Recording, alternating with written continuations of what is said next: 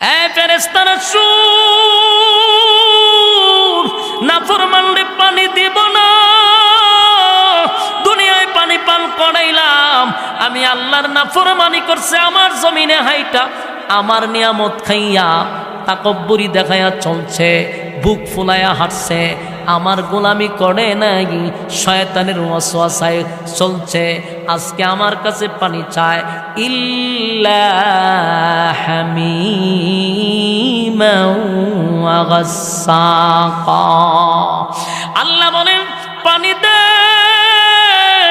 জনমের স্বাদ মিটায়া দেখ। পানি চায় তো দে, বন্দারে নাফরমানরে পানি দে, দে নাফরমানরে ভালো করে পানি খাওয়ায়া দে। তখন কি পানি দিবে? ইল্লা হামিমা ওয়া গাসসাকা। এটা এমন একটা পানি, যেই পানিটা আপনি আমার শরীরের রক্ত, আপনি আমার শরীরের পুজ আর বিষাক্ত, এই শরীর থেকে গলে গলে সূর্যের আলোতে এক নাম্বার হলো মাথার মগজ নাই, গলে গলে নিচের দিকে পড়ে। অন্যদিকে জাহান্নামের আগুনে শরীর যে পুরাইব, আপনারা গ্রিল দেখছেননি, মুরগি যে পোড়ায়, এইভাবে শরীর পুরাইলে কিছু পানি বাহির হয়, রক্ত বাহির হয়, পুজ বাহির হয়, এগুলা জাহান্নামের নিচে গিয়া জমা হবে, আবার জাহান্নামের আগুনে টকবক করে উতরাইতে থাকবে। এমন বিষাক্ত পানি আল্লাহ জাহান্নামীদেরকে দিবে, পান কর। জাহান্নামীরা হাজার হাজার বছরের পানির পিপাসা। পানিটা গরম না ঠান্ডা রে, পানিটা গরম না ঠান্ডা একবারও চিন্তা করলো না, কারণ এত বছরের পানির পিপাসা, ঠান্ডা না গরম একবারও চিন্তা করলো না। তাই পানিটা লইয়া যেই মাত্র বন্দা পান করতে গেল, পান করার সাথে সাথে তার অস্তিত্ব নেই। দুনিয়ার গরমের আগুন না, দুনিয়ার আগুনের গরম না, জাহান্নামের আগুনের গরম। এই পানি পান করার সাথে সাথে জিহ্বা সহ, গলা সহ, পেটের নারী পুরি সহ গলে গলে গলে গলে গলে গলে পায়খানার রাস্তায় বাহির হবে। জাহান্নামীর একটা চিৎকার দিয়া হইব, আল্লাহ এ কেমন পানি পান করাইলাম মালিক, এমন পানি আপনার কাছে আমি চাই নাই। আল্লাহ কি এমন পানি পান করাইলা? আল্লাহ বলেন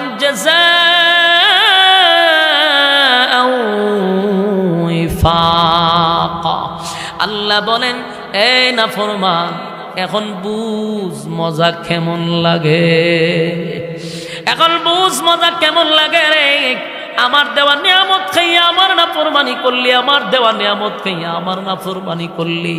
আজকে তুই এই জায়গাতে এসে আমার কাছে পানি চাস, বান্দারে জাযাআ ওয়াফাকা। কেমন লাগে এখন বোঝ। এতক্ষণ তো পাইছিলেন শারীরিক কষ্ট, আল্লাহ যখন বলবে জাযাআ ওয়াফাকা, তখন মানুষের শুরু হবে মানসিক কষ্ট। তার মানে মালিক আমাদেরকে আরো কাঠা গায়ে লবণ লাগায়া দিল। এক তো কষ্ট, আল্লাহ হয় বুঝো মজা কেমন লাগে। আমার যুবক ভাইয়েরা, প্রশ্ন হলো আল্লাহর কি মায়া দয়া লাগবে না? এই ভালো করে শুনেন, দুনিয়াতে আল্লাহর নাম রহমান। আস্তিকের জন্য রহমান, নাস্তিকের জন্য রহমান। আল্লাহ মানলেও খাওয়ায়, আল্লাহ না মানলেও খাওয়ায়, কারণ রহমান নামের গুণে আমরা খানা খাই। কিন্তু পরকালে আল্লাহর সুরত হবে দুইটা, একটা হবে রাহিম, এটা হলো মুমিনের জন্য, নেককারদের জন্য মায়া দয়ার কোনো অভাব নাই। আর একটা হবে কাহার, নাফরমানের জন্য আল্লাহ বড় ভয়ঙ্কর হবে গো। যেই ভয়ঙ্কর রূপ থেকে আদম থেকে নিয়ে ঈসা রূহুল্লাহ পর্যন্ত কোন নবী সেদিন আল্লাহর সামনে কথা বলার সাহসই পাবে না। সবাই বলবে ইয়া রব্বি নাফসি নাফসি নাফসি নাফসি নাফসি। কেন বলবে? আল্লাহ সেদিন ভয়ঙ্কর রূপ ধারণ করবে, হুঙ্কারের পর হুঙ্কার দিবে, নাফরমানদের অস্তিত্ব থাকবে না। এই পরিস্থিতির থেকে বাঁচতে হলে বলুন প্রথম নাম্বার কি দরকার? ঈমান। জুড়ে কোন প্রথম নাম্বার কি দরকার? দুই নাম্বার হলো নেকামল। ঈমান আর নেকামল লইয়া যদি কবরে যাই গো, আল্লাহ কয় আমি জান্নাতুল ফিরদাউসের মেহমানদারি করাবো। চিৎকার দিয়া কোন সুবহান। কারা কারা এই জান্নাতুল ফিরদাউসে যেতে চান দুইটা হাত তুল্লা দেখায়া দেই। লিল্লাহে তাকবীর, লিল্লাহে তাকবীর। রাজি আছেন তো ইনশাআল্লাহ? নাফসিম বিমা কাসাবাত রাহিনা। প্রত্যেকটা মানুষ আমি আল্লাহর সামনে একদিন দাঁড়াবে, সেই দিনের অপেক্ষা করো। মালিক ইয়াউমিদ্দিন, যেদিন আমি আল্লাহ বিচারক হব, আমি যেদিন বিচারক হব সেদিনের অপেক্ষা করো। দুনিয়া নামক এই দুনিয়ায় তোমাদেরকে পাঠাইছিলাম, অল্প সময় দিয়া পাঠাইছিলাম, কিন্তু এই দুনিয়াতে তোমরা আসার পরে পরকালের কথা ভুলে গেছ। আমার সামনে দাঁড়াইতে হবে সেটাও ভুলে গেছ। বারবার ওয়াজ মাহফিলের মাধ্যমে, এমনকি মসজিদের মিম্বরে, সব জায়গায় আলেমদের বক্তব্য, তোমাদেরকে পরকালের কথা স্মরণ করায়া দেওয়া।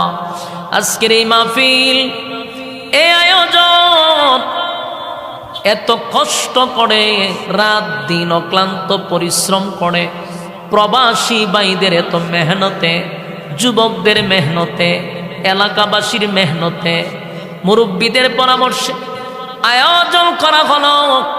বলুন তো দেখি উদ্দেশ্যটা কি? কেন এই আয়োজন করল? কেন মাহফিলের ব্যবস্থা করল? একটাই উদ্দেশ্য, এলাকাবাসীকে পরকালের কথা স্মরণ করায়া দেওয়া। আমার যুবক ভাইরা, ওয়াজ মাহফিলের উদ্দেশ্য যদি এটা হয় তাহলে কামিয়াব। আজ ওয়াজ মাহফিলে পরকালের কথা স্মরণ হয় না। আগের ছোটবেলায় আমরা ওয়াজ শুনছি, যেমন আল্লামা সাইদি সাহেবের ওয়াজ শুনছি, যুক্তিবাদীর ওয়াজ শুনছি, আনসারী রহমতুল্লাহ আলাইহির ওয়াজ শুনছি। এদের ওয়াজে পরকালের কথা স্মরণ হইত। বাস্তব না বাস্তব? পরকালের কথা স্মরণ হয়ে যেত। কিন্তু এখনকার এমন সিচুয়েশন তৈরি হয়েছে, পরকালের কথা স্মরণ হইব দূরের কথা। এখন মাহফিলে আসলে মানুষ গান মুখস্থ করে, এখন আসলে মানুষ ডান্স শিখে। বাস্তব বুঝি না বাস্তব? হ্যাঁ, আপনারা কি মনোযোগ আছে? আপনারা কি মনোযোগ আসেনি? আপনারা একটু সামনে আসেন, একটু সামনে আসেন। এই বাচ্চাগুলো রেন্ট উঠাই দেন, পিছনে যাও, পিছনে যাও। পয়সা পয়সা কথা বলতেছে সব ঠিক। এইদিকে একটু সামনে আসেন। এই মনোযোগ দেন, আল্লাহর হস্তে মনোযোগ দেন। একটা কথা আমি মন গড়া বলবো না, একটু সামনে আসেন। পোলাপানগুলারে কথা বলতে দিয়ে আমার মনোযোগ আসেনি। আপনারা ব্রাহ্মণবাড়িয়ার মানুষ একটু আওয়াজ টাওয়াজ দিয়ে মেহরবানি করে এই বাচ্চাগুলারে পিছনে দিয়ে আপনারা একটু সামনে আসেন। আর কথা বলে ভাই, সামনে বইবে, একটু মনোযোগ দেন। বলুন, ওয়াজ মাহফিল করানোর উদ্দেশ্যই হলো যেন মানুষ পরকালের প্রতি মানুষের মন মানসিকতা আসে, মানুষের যেন ভয়ভীতি সৃষ্টি হয়। কিন্তু এখনকার যে সিস্টেম শুরু হয়েছে, যে মানুষ এখন আসলে গান শিখা শুরু করে মাহফিল থেকে। আলহামদুলিল্লাহ, এই সাইডটা তো আল্লাহ রহমতে আপনারা ভালোই আছেন, কারণ ব্রাহ্মণবাড়িয়ার একটা আলাদা একটা প্রভাব আছে। কিন্তু যেমন ভালো এমন খারাপও আছে, যেমন আল্লাহওয়ালা লোকও আছে, এমন বন্ডামিও বাউন্ডারে কম না।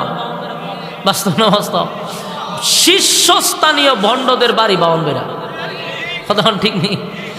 আবার ব্রাহ্মণবাড়িয়াতে সবচেয়ে বড় আল্লাহওয়ালাও আছে, ছিল, এখনো আছে।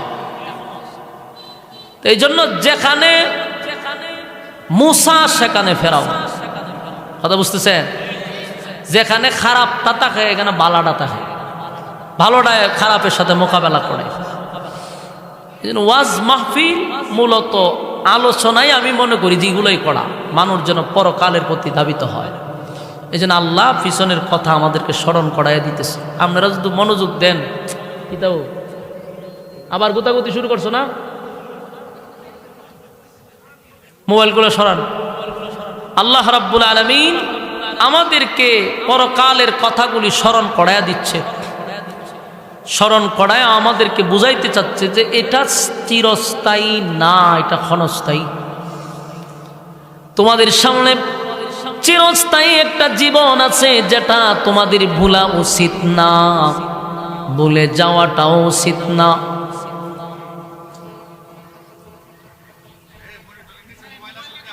আপনাদের আশেপাশে মোবাইলগুলো একটু সরান তো।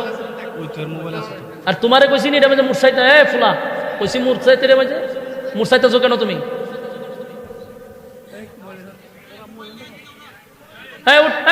মোবাইল লেগে পড়েছে আসলে মোবাইল। আর তুমি উঠে উঠো, দূরে যাও, দূরে যাবো। কতক্ষণ পরে পরে গেলে মুসরায়, আরে কইছি নি মুসরাইবের কথা আমি। ফাজলামির একটা সীমা আছে বুঝছেন, অতিরিক্ত করতেছেন আপনারা এই ফুলাপানগুলো, অতিরিক্ত করতেছেন। সমস্ত দোষ আমার গাড়ি চাপাই দিবেন পরে। হ্যাঁ আমি বিদায় করেছি, হ্যাঁ এখানে মুসরাইতে যাবার এটার মধ্যে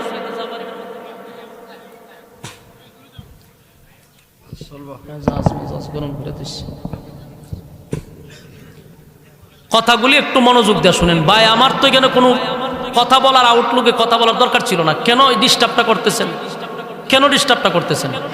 আলোচনা করতেছি আলহামদুলিল্লাহ, এখানে মোসামসির কোনো দরকার আছে? মনোযোগ দেন, মনোযোগ দেন। কুল্লু নাফসিম বিমা কাসাবাত রাহিনা, প্রত্যেকটা মানুষ আবার আল্লাহ দাঁড় করাবে। কেন দাঁড় করাবে? এই ক্ষণস্থায়ী দুনিয়াতে আমাদেরকে যতটুক হায়াত দিছে, যেই হায়াতের কসম আল্লাহ করছে, ওয়াল আসর, সময়ের কসম। সমস্ত তাফসীর কারক একমত যে এই সময়টা গরির সময় না, এই সময়টা হলো আমাদের হায়াতের সময়। কথা বুঝতেছেন? হায়াতটাকে ফুজি বলা হয়েছে, ফুজি, যে তোমার জীবন পুঁজি। এই হায়াতটা আমাদের সীমিত, বলতে আমাদের ফুজিটা খুব সীমিত।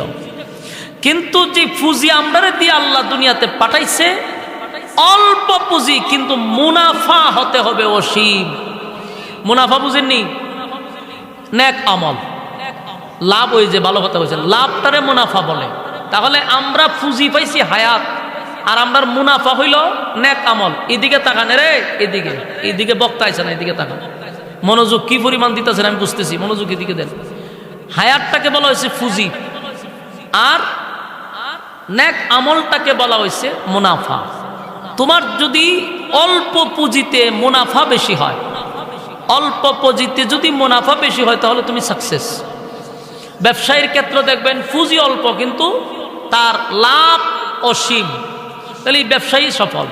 কিন্তু পুঁজিও শেষ, মুনাফাও নাই। লাভবান না ক্ষতিগ্রস্ত? ক্ষতিগ্রস্ত। দুনো দিক দিয়ে সে ক্ষতিগ্রস্ত, পুঁজিও নাই, মুনাফাও নাই। আল্লাহ বলেন হায়াত তো সীমিত, তোমার উচিত মুনাফা বেশি, মানে নেক আমল বেশি করা। আমাদের নেক আমল খুব কম, পুঁজিও কম। এই জন্য আল্লাহ বলেন ওয়াল আসর, সময়ের কসম, ইন্নাল ইনসানা লাফি খুসর। সময়ের কসম করে বলে ইন্নাল ইনসানা লাফি খুসর, এই সময়ের কসম, তার মানে তোমার হায়াতের কসম, নিশ্চয়ই তোমরা ক্ষতিগ্রস্ত। কেউ বলে নাই, আল্লাহ বলেন তোমরা ক্ষতিগ্রস্ত। এমনে বলে না, কসম কাইরা বলে রে তোমরা ক্ষতিগ্রস্ত। এমনে যদি বলতো তাও মোটামুটি ঠিক ছিল, কিন্তু আল্লাহ বলেন কসম, ক্ষতিগ্রস্ত, ক্ষতিগ্রস্ত, নিশ্চয়ই বান্দা তোরা ক্ষতিগ্রস্ত। কেন ক্ষতিগ্রস্ত? কারণ সময়ের মূল্যায়ন আমরা করি না, সময়ের মূল্যায়ন দিই না, সময়টারে মূল্যায়ন করি না, এই জন্য আমরা ক্ষতিগ্রস্ত। কারণ আমাদের হায়াত বড় সীমিত, সীমিত। আমরা আদম নবীর হায়াত পাই নাই, নূহ নবীর হায়াত পাই নাই। অন্যান্য নবীরা 1000 বছর, 1500 বছর তারা জীবন পাইত, কিন্তু আমরা সেই পরিমাণ হায়াত পাই নাই, 60 আর 70 বছরের হায়াত। তার মানে তাদের তুলনায় আমাদের পুঁজি একেবারেই কম, একেবারে কম পুঁজি নিয়ে আমরা আসছি। কিন্তু আমাদের টার্গেট থাকতে হবে আমরা পুঁজি কম কিন্তু মুনাফা বেশি দরকার।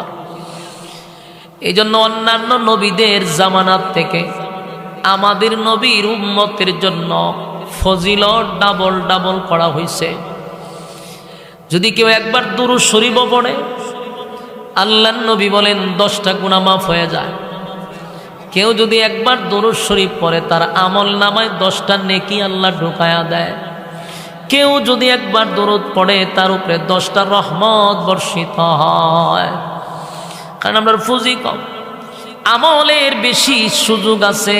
আমল একবার করলে 70 বার বাড়ায় দেয়। সুবহানাল্লাহ। আমার যুবক ভাইয়েরা, এই জন্য আমাদের উচিত হলো সময়ের মূল্যায়ন করা। কারণ এমন একটা সময় আসবে তখন আর বলতে পারবেন না যে আমার সময় নাই। এখন তো ইমাম সাহেব যদি বলে আসেন না নামাজে যাই, উত্তর দেন হুজুর আমার সময় নাই। কিন্তু মালাকুল মউত আজরাইল যদি আপনি আমার সামনে দাঁড়ায়া যায়, বলুন আপনি আমার সময় দিব, কথা হয় না, সময় দেওয়া হবে না।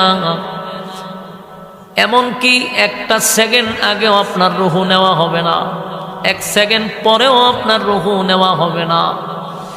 মালাকুল মউত আজরাইলের সামনে আমরা বলতে পারবো না যে আমাদের সময় নাই। আল্লাহ বলেন, বান্দারে অল্প পুঁজি দিয়ে আমি পাঠাইছি, মুনাফা আমাদের অসীম দরকার। কারণ অল্প সময় দুনিয়ার জমিনে আইসা পরকাল বলে গেলাম, আমাদেরকে আরেকবার আল্লাহ দাঁড় করাবে সেটাও বলে গেলাম। আল্লাহ যে মালিক ইয়াউমিদ্দিন, বিচারক হবেন, শেষ বিচারক, ইনসাফের বিচার করবে সেটাও ভুলে গেছি। আল্লাহ বলে, বান্দা একবার চিন্তা করে দেখ, আমি আল্লাহ তোরে কত দয়া মায়া করে দুনিয়ায় পাঠাইছি, কতটা নিয়ামত তোরে দিলাম, তোরে সুযোগ সুবিধাও কম দিলাম না। সমস্ত সুযোগ সুবিধা দিয়া বন্দারে পাঠাইছি যেন তোরা নেক আমল খরচ। আজকের এই মাহফিলটাতে বসছেন, এটাও নেক আমল। আমাদের নেকির বেশি প্রয়োজন। দুনিয়াতে যেমন টাকা ছাড়া কোনো দাম নাই, পরকালে নেকি ছাড়া কোনো দাম নাই। যার যত নেকি বেশি তার মূল্যায়ন তত বেশি। সুবহানাল্লাহ। এই যে মাহফিল আপনারা বসছেন, রাস্তাঘাটে কিন্তু আরো কিছু লোক আছে যারা অনর্থক সময় নষ্ট করতেছে। আরো কিছু লোক আছে ঘরে বসে আছে, কেউ আড্ডাতে আছে, কেউ গল্পতে আছে। কিন্তু এদের মাঝখান থেকে মালিক আপনি আমারে পছন্দ করে ভালোবেসে এখানে বসায় রাখছে। সুবহানাল্লাহ।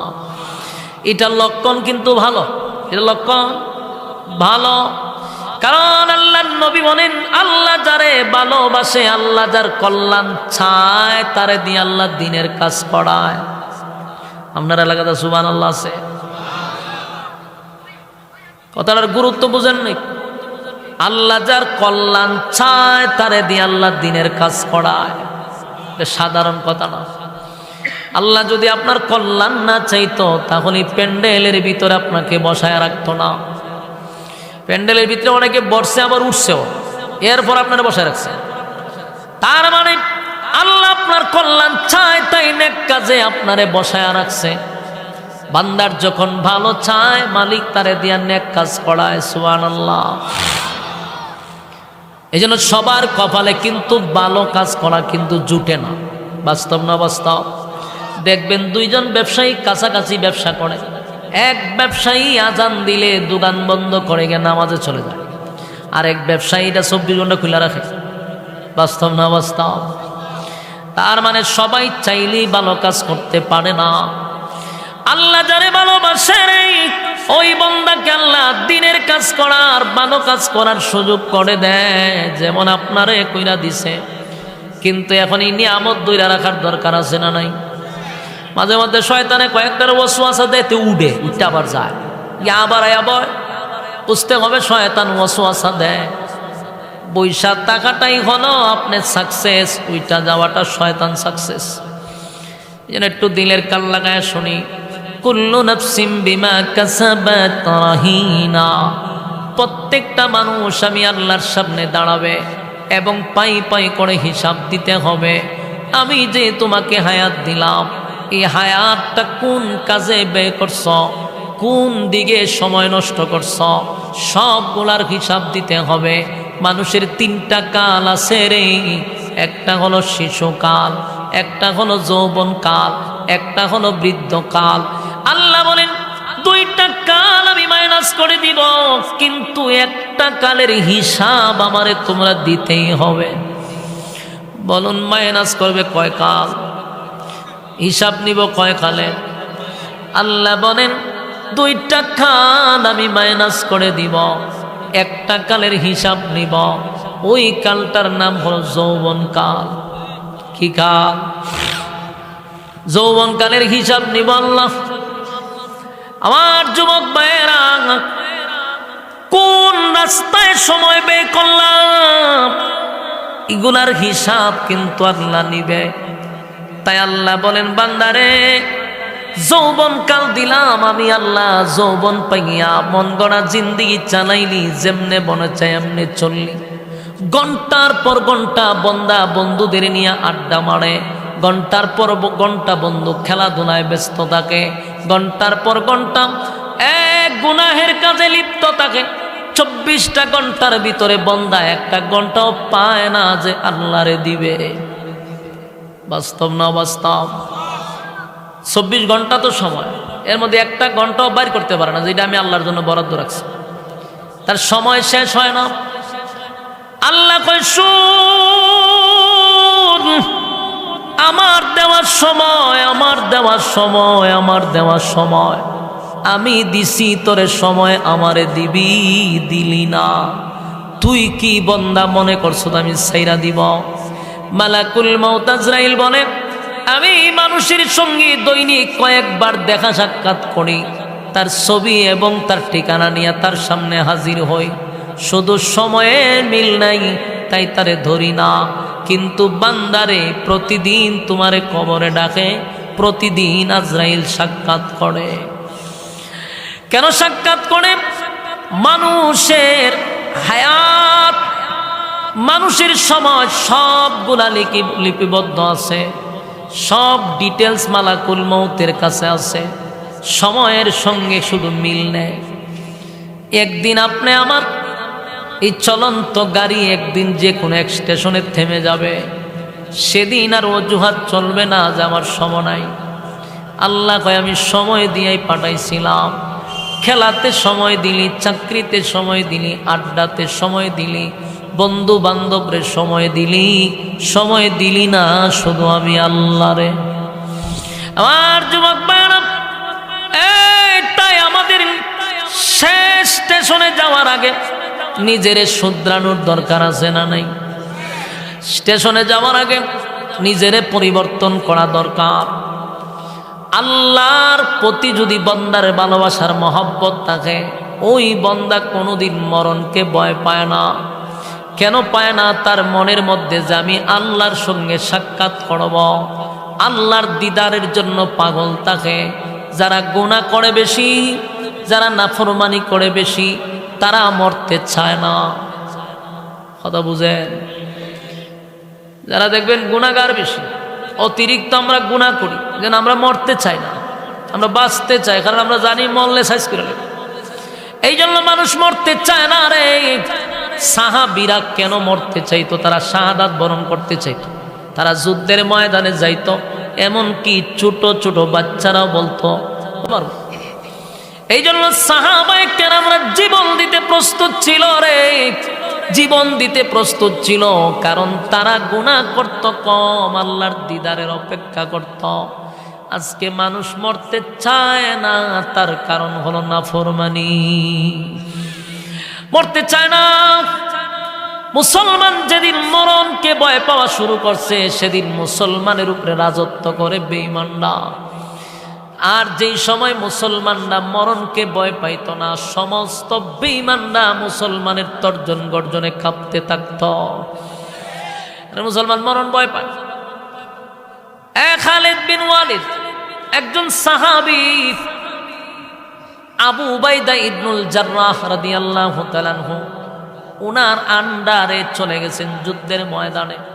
সব সময় খালিদ বিন ওয়ালিদ থাকেন সেনাপতি, কিন্তু এই যুদ্ধে আবু উবাইদা ইবনুল জাররাহকে আল্লাহর নবী বানাইছেন সেনাপতি। এবার সাহাবায়ে কেরামরা 300 সাহাবী লইয়া গেলেন যুদ্ধ করার জন্য। মরুভূমির মধ্যে নামাজের টাইম হয়ে গেছে, তাই সাহাবীদেরকে লইয়া নামাজের কাতার বন্দী হইয়া নামাজ শুরু করছে। নামাজ শুরু করে দিল আবু উবাইদা ইবনুল জাররাহ, উনি ইমাম সাহেব, আর সমস্ত সাহাবীরা মুসল্লি হইয়া নামাজ শুরু করে দেওয়ার পরে সালাম ফিরাইয়া দেখে চতুর্দিকে শত্রুরা ঘেরাও করছে, তাদের হাতে অস্ত্র। এক দুইজন না 60,000। বলুন কয় হাজার? সাহাবীরা কয়জন? 300 অথবা 1000, কোন 1000 না এরকম হবে। সাহাবীরা এত সর্বোচ্চ 1000, আর এরা 60,000। বলুন কয় হাজার? তাও সবার হাতে অস্ত্র আছে। আবু উবাইদা ইবনুল জাররাহ সালাম ফিরাইয়া দেখে চতুর্দিকে দুশমনরা সাহাবায়ে কেরামদেরকে ঘেরাও করছে। বুঝতে পারছে শয়তান চতুর্দিকে ঘেরাও করে রাখছে। এর মধ্যে শুধু ঘেরাও করছে এমনটা না, তারা সাহাবায়ে কেরামদেরকে ঘেরাও করে টিটকারি মস্কারি শুরু করছে। আর বলে, শুনো,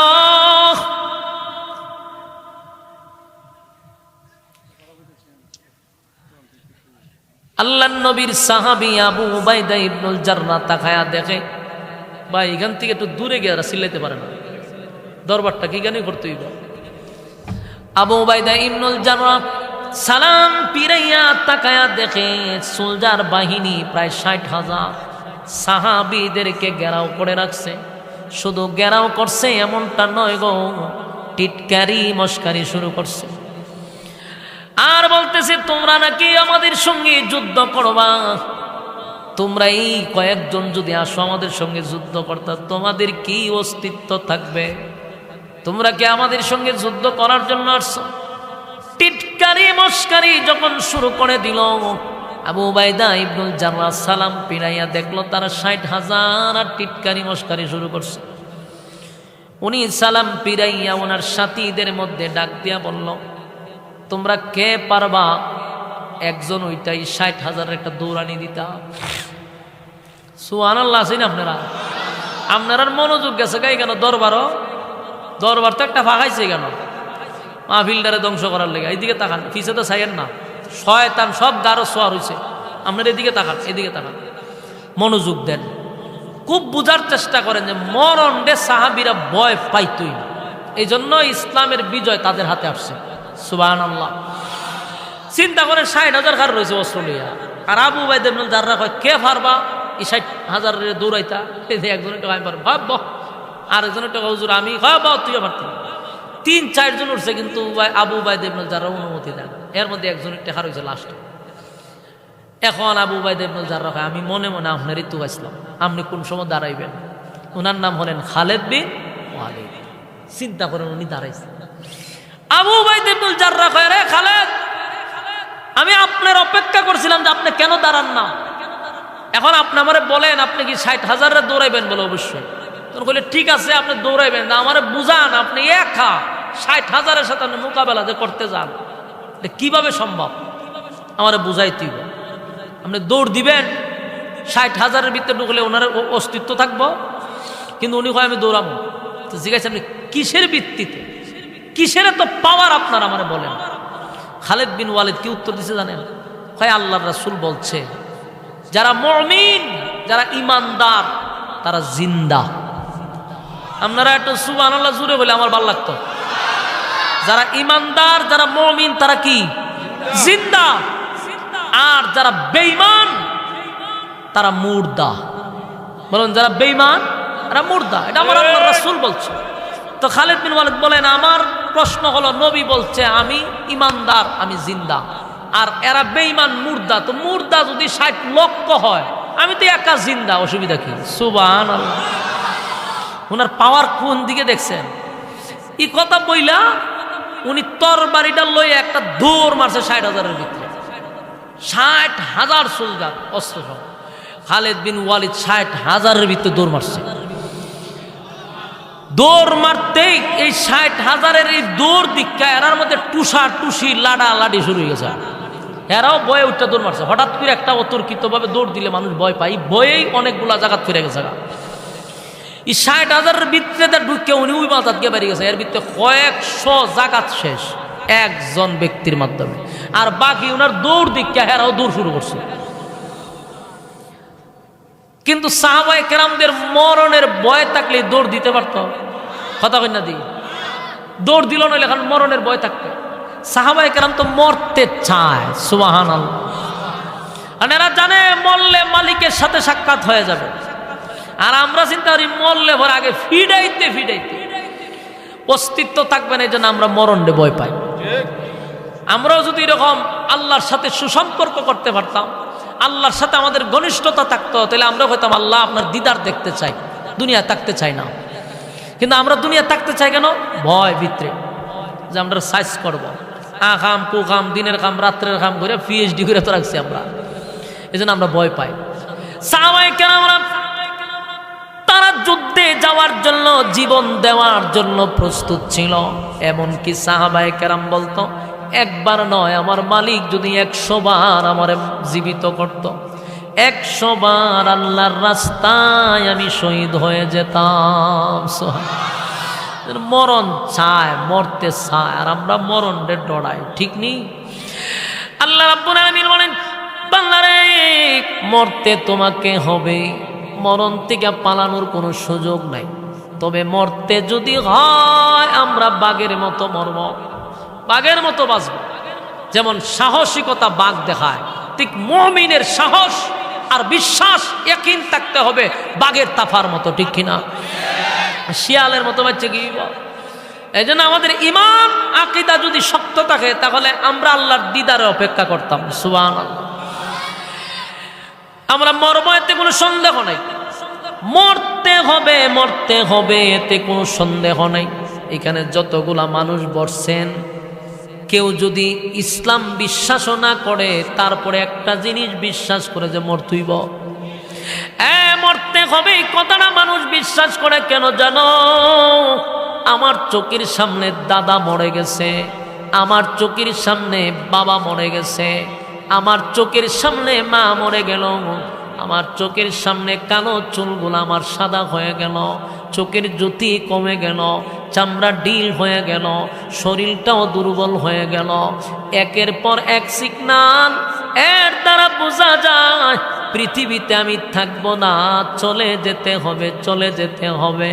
আল্লাহ বলেন, বন্ধু আপনি জানায়া দেন, তারা যদি ঈমান আনে এবং নেক আমল করে, ইন্নাল্লাযীনা আমানু ওয়া আমিলুস সালিহাতি কানাত লাহুম জান্নাতুল ফিরদাউসি নুজুলা। নিশ্চয় যারা ঈমান আনবে এবং নেক আমল করবে, আমি আল্লাহ তাদেরকে জান্নাতুল ফিরদাউসের মেহমান বানায়া দিব। আমার যুবক ভাইরা, আল্লাহ বলে বললেন, শুন, আমি আল্লাহ তোরে জান্নাতের মেহমান বানাবো। শর্ত হলো তোর ভিতরে ঈমান থাকতে হবে। ঈমান বিক্রি করবি না, ঈমানটারে ধ্বংস করবি না। ঈমানের বড় মূল্য, বড় মূল্য। ঈমান যদি যারা পরিমাণ লইয়াও কবরে যান, শাস্তির পর শাস্তি, যুগের পর যুগ পাওয়ার পরেও একটা সময় আল্লাহ উঠাইয়া জান্নাত দিবে। কিন্তু ঈমান হারা যদি হয়ে যায়, তাহলে কিন্তু দুনিয়াও হারাইব, পরকালও হারাবো, উপায় থাকবে না, উপায় থাকবে না। আল্লাহ বলেন, ইল্লাল্লাযীনা আমানু ওয়া আমিলুস সালিহাত, ঈমান এবং নেক আমল লইয়া কবরে আসো, তাহলে আমি আল্লাহ তোমাদেরকে জান্নাতুল ফিরদাউস দান করব। যুবক ভাইরা, ঈমান আর আমল লইয়া যাইতে হবে। ঈমান আছে কিন্তু নেক আমল নাই, 4 পয়সার কোনো দাম নাই। ঈমানটা হলো অ্যাকাউন্ট, আর মুনাফা হইল নেক আমল। ঈমান আনার পরে এগুলা ঢুকাইবেন কোথায়? ঈমানের ভিতরে ঢুকাইতে। নেক আমল ঈমান থাকলে ঢুকতো, কথা কয় না? এই জন্য প্রথম হলো ঈমান, এরপরে হলো নেক আমল। এই যে মজলিসে বসছেন, এখানেও নেক আমলের মজলিসে বসছেন। প্রতিটা কথা যদি দিলের কান লাগায়া শুনেন, প্রতিটা আয়াতের অক্ষরে অক্ষরে 10টা করে নেকি আপনার আমল নামায় ঢুকায়া দিছে। আমার যুবক ভাইরা, মালিক আমাদেরকে সতর্ক করে গো, মালিক আমাদেরকে সতর্ক করে, সতর্ক করে, বান্দা এখনো ভালো আছে, আয় বান্দা ফিরে আয়, কিন্তু বান্দা তো ফিরে আসে না। গভীর রাত্রে পর্যন্ত আল্লাহ সাত আসমানে লাইমা ডাকে, বান্দা কার কি দরকার আমার কাছে চা, আমি দেনেওয়ালা, আমার কাছে চা, আমি তোরে দিতে প্রস্তুত। কিন্তু বান্দা আল্লাহরে ডাকে না। আল্লাহ বলেন আমি বান্দার মুখের দিকে তাকায়া তাকি, বান্দা কখন আমারে আল্লাহ বলে ডাক দেয়, কিন্তু বছরের পর বছর যায় বান্দা আমারে ডাক দেয় না। কিন্তু বান্দা জানে না আমি বানাইছিলাম তারে ইবাদতের জন্য, বানাইছিলাম আমার গোলামির জন্য। গোলামি করলি না, মন গড়া জিন্দেগি চালাইলি। এবার আয় বান্দা আয়, আমি তোরে ছেড়েও দিব না। আল্লাহ বলেন বান্দা রে আমি তোরে ছেড়ে দিব না। কুল্লু নাফসিম বিমা কাসাবাত রাহিনা, প্রত্যেকটা মানুষ আমার সামনে আবার দাঁড়াবে, আবার আমার সামনে হিসাব দিবে। পাই পাই করে হিসাব নিব। হিসাবে যদি গরমিল হয়, ইন্না জাহান্নামা কানাত মিরসাদা, নিশ্চয় তোমাদের জন্য জাহান্নাম উৎপেতে বসা। লিত্তাগিনা মাআবা, আর এখানে স্থান হবে সীমা লঙ্ঘনকারীদের। যারা সীমা লঙ্ঘন করছে, যারা দুনিয়াতে আমি আল্লাহর হুকুম মানে নাই, নবীর তরিকায় জীবন যাপন করে নাই, আলেমদের কথাও শুনে নাই, ইমামদের নসিহত শুনে নাই, আমি যতই তারে বুঝাই কিন্তু সে বুঝে না। তার দুনিয়ার রঙ্গ তামাশায় তারে এমন ভাবে বশ করছে, পরকালের কোনো চিন্তা নাই। নামাজ দূরের কথা, রোজা দূরের কথা, কোরআনের হুকুম আহকাম মানতে রাজি না, মন গড়া একদরফা চলতেছে। আল্লাহ কয় এই জন্য দুনিয়াতে পাঠাই নাই।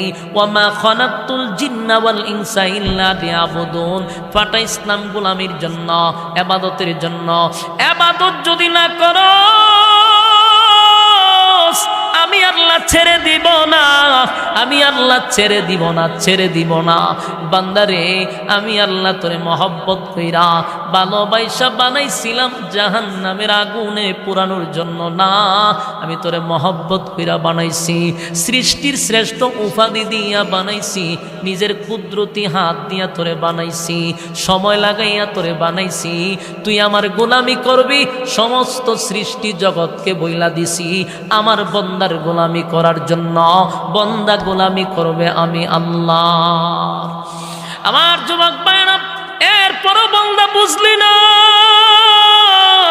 নবী রাসূল পাঠাইলাম, লক্ষাধিক নবী রাসূল পাঠাইয়া বারবার বন্দা তোরে সতর্ক করলাম। নবী রাসূল চলে গেল, আলেমদেরকে দিয়া সতর্ক করলাম, ওয়াজ মাহফিলের মাধ্যমে উলামায়ে কেরাম জান্নাত জাহান্নামের বয়ান করলো, তোরে এতগুলা বোঝানো হইল, জাহান্নাম জান্নাতের বয়ান করলো, বুঝলি না। প্রতি জুমায় মিম্বরে বসে ইমাম সাহেব তোদেরকে জান্নাত জাহান্নামের বয়ান শুনাইল, বুঝলি না। এত বলার পরেও বুঝলি না, তাহলে আয় আমি আল্লাহ তোরে ছেড়েও দিব না। দুনিয়াতে আল্লাহর নাম রহমান, মায়া দয়া বেশি, মায়া দয়া বেশি গো। অতিরিক্ত মায়া দয়ার কারণে বান্দার নাফরমানি করলেও আল্লাহ আসার দিয়া মারে না, টাডা ফালায়া মারে না। সকালে যদি কেউ গালি দেয়, বিকালে মালিক তার খাবার রেডি রাখে, কথা হয় না কেন রে? কারণ আমার মালিকের যে মায়া দয়াটা বেশি, সকালে গালি দিছে, বিকালে খাবার রেডি রাখছে। আল্লাহ বলেন আমার মায়া দয়া বেশি, কিন্তু বান্দার যেদিন মালাকুল মাউত আজরাইলের তাবায় পড়ে যাবি, সেদিন তোর সব স্বপ্ন ভেঙে যাবে, দুনিয়া তোরে ত্যাগ করবে, সব হারাইয়া আবার আমার কাছে দাঁড়াইতে হবে, পাই পাই করে হিসাব নিব। যখন হিসাবে গরমিল হবে, ইন্না জাহান্নামা কানাত মিরসাদা, জাহান্নাম তোদের জন্য উৎপেতে বসা, তোদেরকে ধরার জন্য বসা, উপায় থাকবে না, উপায় থাকবে না। আল্লাহ বলেন ইন্না জাহান্নামা কানাত মিরসাদা লিত্তাগিনা মাআবা লাবিসিনা ফিহা আহকাবা লা ইয়াযুকুনা ফিহা বারদান ওয়ালা শারাবা ইল্লা হামিমান ওয়া গাসসাকা। আল্লাহ বলেন উৎপেতে জাহান্নাম তোদেরকে ধরার জন্য বসা, সীমা লঙ্ঘন করছ, বারবার আলেমরা বুঝাইলো মানলি না, ইমাম বুঝাইলো মানলি না। সীমা লঙ্ঘনকারীদের জন্য জাহান্নাম, লাবিসিনা ফিহা আহকাবা। তুই কি মনে করছ কিছুদিনের জন্য তোরে রাইকা ছাইরা দিব? দুনিয়ার জেলখানা নয়, যুগের পর যুগ থাকতে হবে। তা কি বুঝতেছেন? ইল্লা হামিমা ওয়া জাযাআ ওয়াফাকা। আল্লাহ বলেন লাবিসিনা ফিহা আহকাবা লা ইয়াযুকুনা ফিহা বারদাও ওয়ালা শারাবা। তুই কি মনে করছ এখানে তোরে খানা পিনা দেওয়া হবে, ফুর্তি আমোদ করতে পারবি? না বন্ধা না, কলিজাটা পর্যন্ত শুকিয়ে যাবে, পানির চিৎকারে হাজার হাজার বছর পর্যন্ত কাঁদতে থাকবে। এরপরও মালিক জবাব দেয় না গো, মালিক জবাব দেয় না, মালিক জবাব দেয় না। ফেরেশতারা বলবে আল্লাহ, নাফরমানটা বারবার চিৎকার দেয়। 1000 বছর পর আল্লাহ কয় কেন চিৎকার দেয়? মালিক পানি পানি বলে কান্দে রে, পানির জন্য আপনার বান্দা কান্দে। আল্লাহ তখন বলে দুনিয়াতে আমি টিউবওয়েলের পানি দিলাম তারে ঠান্ডা বানাইয়া। এই যে শীতের মৌসুম, বলুন আমাদের যুক্তিতে ধরে, আমাদের ব্রেইনে ধরে, ঠান্ডার সময় টিউবওয়েলের পানি তো ঠান্ডা হওয়ার কথা কন্যা দি। আমাদের ব্রেইনে ধরে টিউবওয়েলের পানিটা ঠান্ডা হওয়ার কথা, কিন্তু আশ্চর্যের ব্যাপার হলো প্রচন্ড ঠান্ডার মধ্যে টিউবওয়েলে যত চাপ দেওয়া হয় পানিটা যেন গরম করে বাহির করা হয়। আল্লাহ কয় আমি গরম পানি দিলাম, মিষ্টি পানির ব্যবস্থা করে দিলাম রে। এত নিয়ামত খাইলি, ঠান্ডার সময় গরম পানি দিলাম। বান্দা একবার চিন্তা করে দেখ, আমাদের ব্রেইনে ধরে গরমের সময় টিউবওয়েলের পানি গরম থাকার কথা, কিন্তু গরমের সময় টিউবওয়েলের পানিটা হয় ঠান্ডা। বান্দা দেখ তোর জন্য কত নিয়ামত রাখছিলাম, এত খাইলি, এত নিয়ামত বুক করলি, ঠান্ডা পানি খাওয়াইলাম, মিষ্টি পানি পান করাইলাম। একদিন পানিটা পান করে শুকরিয়া আদায় করলি না, একদিন আমি আল্লাহর গোলামি করলি না। এত নিয়ামত দেওয়ার পরেও বান্দা আমার ডাকলি না।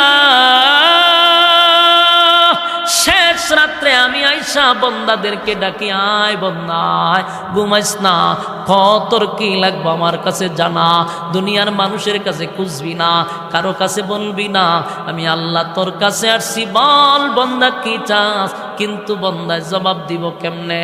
বন্দার তখন খালি ঘুমটা লাগছে, সারা রাত আকাম কুকাম করে বন্দায় আবার ঘুমাইছে ফজরের সময়। আল্লাহ এই নাফরমানরে আমি 60-70 বছর হায়াত দিলাম গো।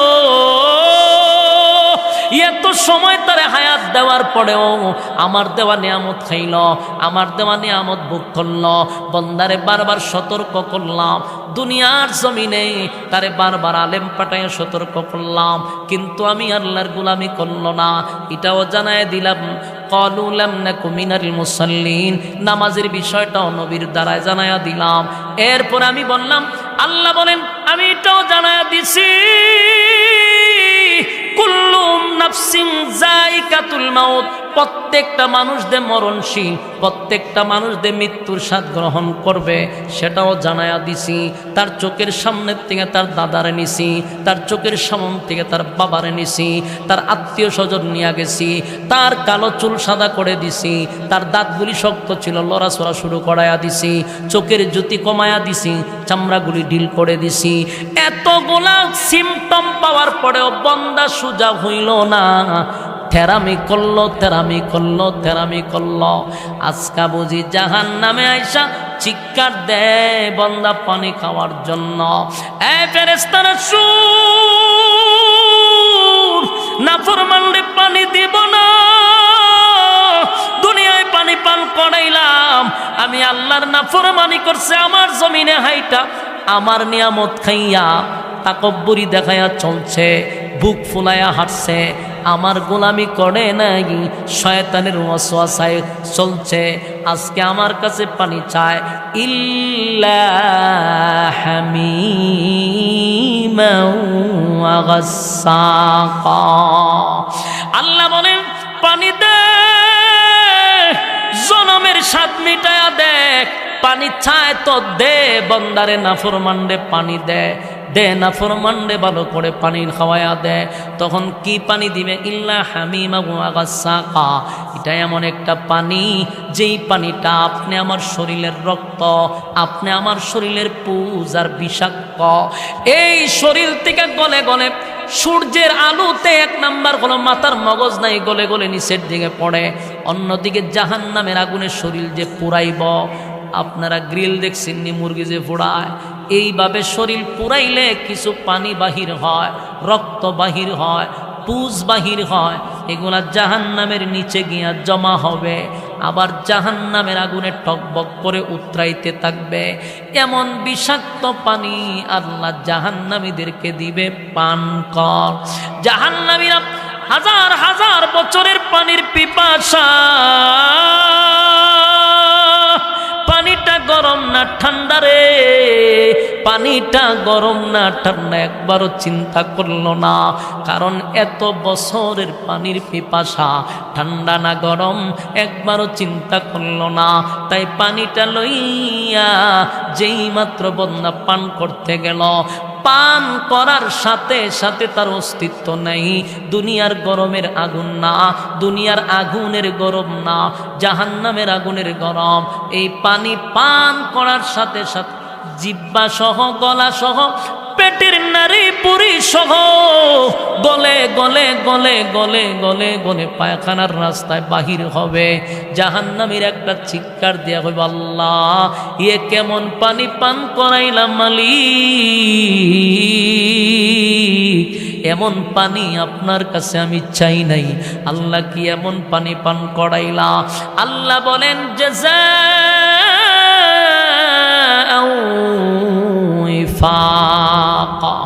আল্লাহ বলেন, এই নাফরমান, এখন বুঝ মজা কেমন লাগে, এখন বুঝ মজা কেমন লাগে রে।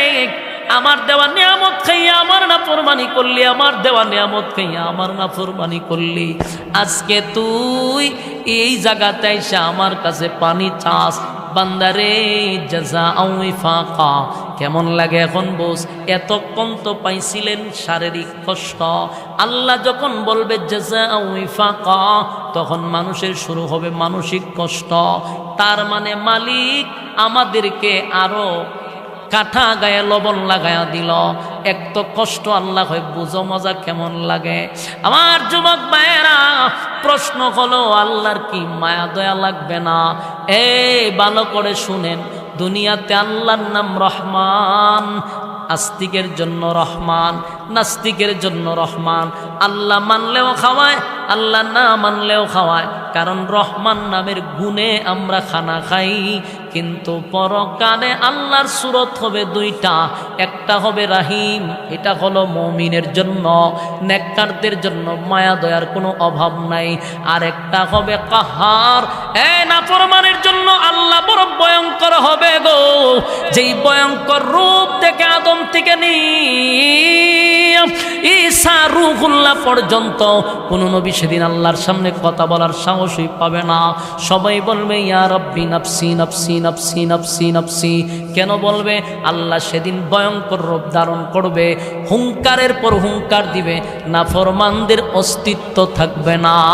এই পরিস্থিতির থেকে বাঁচতে হলে বলুন প্রথম নাম্বার কি দরকার? ঈমান। এখন প্রথম নাম্বার কি দরকার? দুই নাম্বার হলো নেকামল। ঈমান আর নেকামল লইয়া যদি কবরে যাই গো, আল্লাহ কয় আমি জান্নাতুল ফিরদাউসের মেহমানদারি করাবো। চিৎকার দিয়া কোন সুবহান। কারা কারা এই জান্নাতুল ফিরদাউসে যেতে চান? দুইটা হাত তুল্লা দেখায়া দেই। লিল্লাহে তাকবীর, লিল্লাহে তাকবীর। রাজি আছেন তো ইনশাআল্লাহ? এই এক নাম্বার কি? ঈমান। দুই নাম্বার নেকামল। ঈমান এবং নেকামল লইয়া যদি খবরে যায়, আল্লাহ আমরারে মেহমানদারি করাবে। রাজি আছি ইনশাআল্লাহ? সম্মানিত সুধী, আমি বলছিলাম আমার টাইম ছিল 9টা পর্যন্ত, যেহেতু আপনাদের সময় নষ্ট করছি, 18 মিনিট সময় বাড়ায়া দিছি। আমি আপনাদের হক নষ্ট করি নাই, যতটুকু করছিলাম আমার ক্ষতি হইতেছে আরেক জায়গায় প্রোগ্রাম, এরপরে এই সাইড আপনারা দিয়ে দিছি, যেন বেজার না হন, কেউ যেন সমালোচনা না করেন। আপনাদের হক নষ্ট করি নাই। আল্লাহ আপনি এবং আমাকে বুঝার তৌফিক দান করুক। আসসালামু আলাইকুম রহমতুল্লাহ।